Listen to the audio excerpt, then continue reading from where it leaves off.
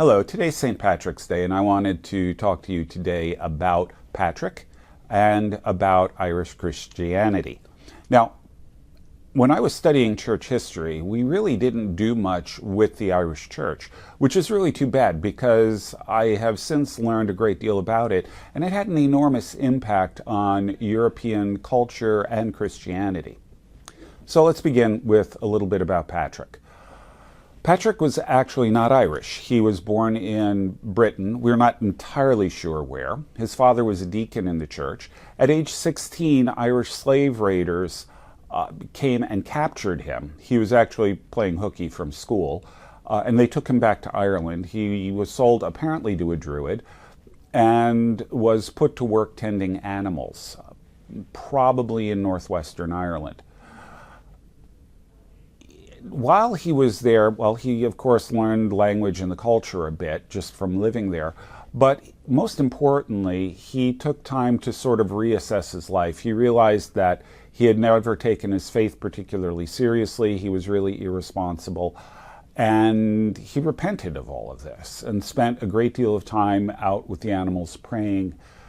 And one day he got a vision where God told him it was time to leave. And, well, he walked across Ireland, somehow escaping and never being caught again. He picked up a ship in southeastern Ireland and eventually made his way back home. There are other events in between, but we don't need to deal with those. Once he got home, his parents were ecstatic, his family was ecstatic, and he promised them that he would never leave them again. But then a few years later, he had another vision, or a dream, in which a group of letters were being delivered to him, and one of them was labeled The Voice of Ireland. And in it, he said he saw people from where he had been enslaved appealing to him to come to Ireland. He took this as a commission from God to go to Ireland as a missionary. So, over the objections of his family, he went to France. At Auxerre, he was ordained as a priest, apparently spent some time at the monasteries of Marmoutier and Les Reins, and then made his way back to Ireland to preach. We don't have a lot of details of this from Patrick's own life, but it appears that he had some trouble landing originally in the southeast. Eventually he made his way up north. And, well, his first big event was he made his way toward the Hill of Tara, which was the capital of the High Kings of Ireland. And he arrived in time for a festival, and at this festival there was a law that no one could light the bonfires for the festival until the king had lit his. And what would happen is the king would light his bonfire, people would see it, and then would light their bonfires, and it would spread across Ireland. Patrick decided he needed to get a hearing at the king's court, so on the Hill of Slane, not far from Tara, he lit his bonfire before the king's. The king was naturally upset. He sent people over to find out who did this. They brought Patrick back, and Patrick preached to the royal court. His main convert at this point was a druid by the name of Eric, and Eric will later set up a monastery on the Hill of Slane. From there, Patrick began preaching across Ireland, and mostly in the north and west, and by all accounts he baptized thousands of people. He brought in many of the children of the kings and so on. Many of his converts, it turns out, early on were druids. And I think the reason for this is my speculation here, but the druidical religion included human sacrifice. All of the three major Celtic gods required sacrifice in different ways. And I think Patrick's message was, your gods require you to kill your sons for them. The true God gave his son to die for you. And I think that message likely resonated with the Druids, and they saw something better here. So many of the Druids will convert. As I said, many of the sons of the kings and nobles across Ireland will convert, as well as many of the common people. And that is going to begin Celtic Christianity. Now, In order to understand what happens next, we actually have to back up a bit and talk about Celtic paganism. In Celtic cultures, the druid, the priest of the culture, were actually not simply priests. They were people who were expected to know everything there was to know about the culture. They knew, of course, religion and mythology and rituals, but they also learned poetry, they learned history, they learned law, they learned magic. They learned all kinds of things. They were really the repositories of all cultural knowledge. It took decades of training to become a full druid. So, when the Irish convert to Christianity, they very naturally think, well, a Christian holy man has to know everything there is to know about Christianity. They need to know the scriptures. They need to know the culture. They need to know the languages. They have to learn Latin, and they have to learn Greek and Hebrew. And the net result is they develop an approach to Christianity that turns Ireland into what becomes known as the land of saints and scholars, or the island of saints and scholars. And this was actually much more difficult than it sounds, because the Irish didn't actually have a written language. They had never been conquered by the Romans, so they didn't really know Latin.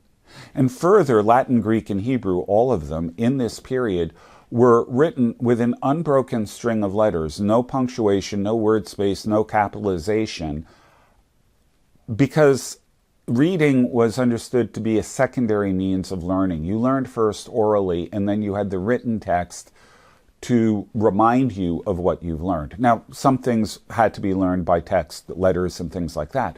But overall, formal education was primarily oral, with the texts as reminders.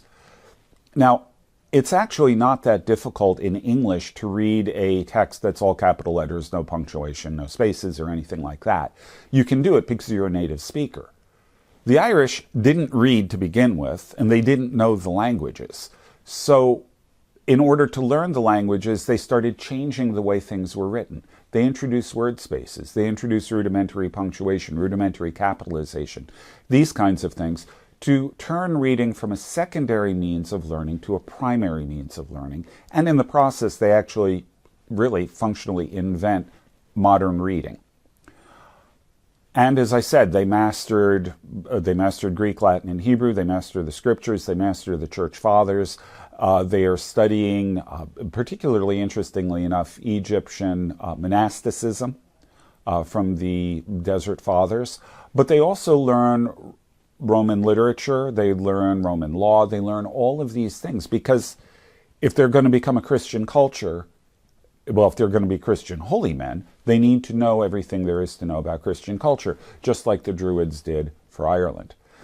Now, the interesting thing about this is that they were doing this right at the time when the Roman Empire is collapsing. Patrick himself is 5th century. The last Roman emperor is deposed in 474.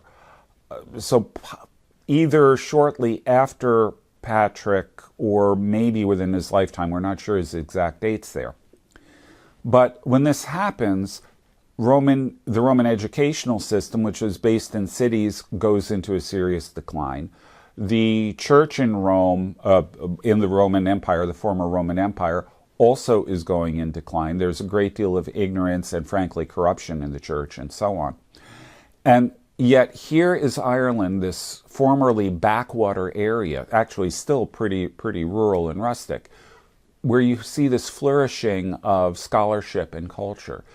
And I would love to be able to tell you some of the stories here. I can't go into the details, but the Irish monks had a practice called peregrinatio, which translates as pilgrimage, where they would get in boats and travel, going on unplanned wanderings wherever God sent them. Sometimes simply putting into the water with no oars or rudder or even sail, and just letting the boat drift, figuring God would take them where they were needed. Some of them were a little more organized than that. But they left Ireland to become missionaries. A peregrinatio to the Irish was this unplanned pilgrimage where you never expected to return home. You would leave and you would go into functionally permanent exile to preach the gospel, to spread the kingdom. And the Irish then will travel, they'll convert Scotland, they'll move down into England, York, Northumbria, these areas become Celtic Christian areas. They'll send missionaries to the continent. And even though these areas were nominally Christian, they will bring a new level of seriousness about the faith, new levels of education and things like that back to the continent. In a lot of ways, they reintroduce education to the continent. And in so doing, set the groundwork for what will come later under Charlemagne with the foundation of new schools. And through that will lay the foundation for the educational explosion that will take place in the Central Middle Ages in Europe. There's a book by Thomas Cahill called How the Irish Saved Civilization. I have my quibbles with it. He's got some axes to grind that I don't really think are necessary. But the overall point that he's making is exactly correct. The Irish really did do a tremendous amount to recover education, culture, and things like that within Europe. They change reading. They do all of these kinds of things. And yet they're largely unknown for it. And all of this begins because of a 16-year-old boy who is captured by slavers and enslaved. It just goes to show what a life that is dedicated to God can actually accomplish, even from rather an unpromising start.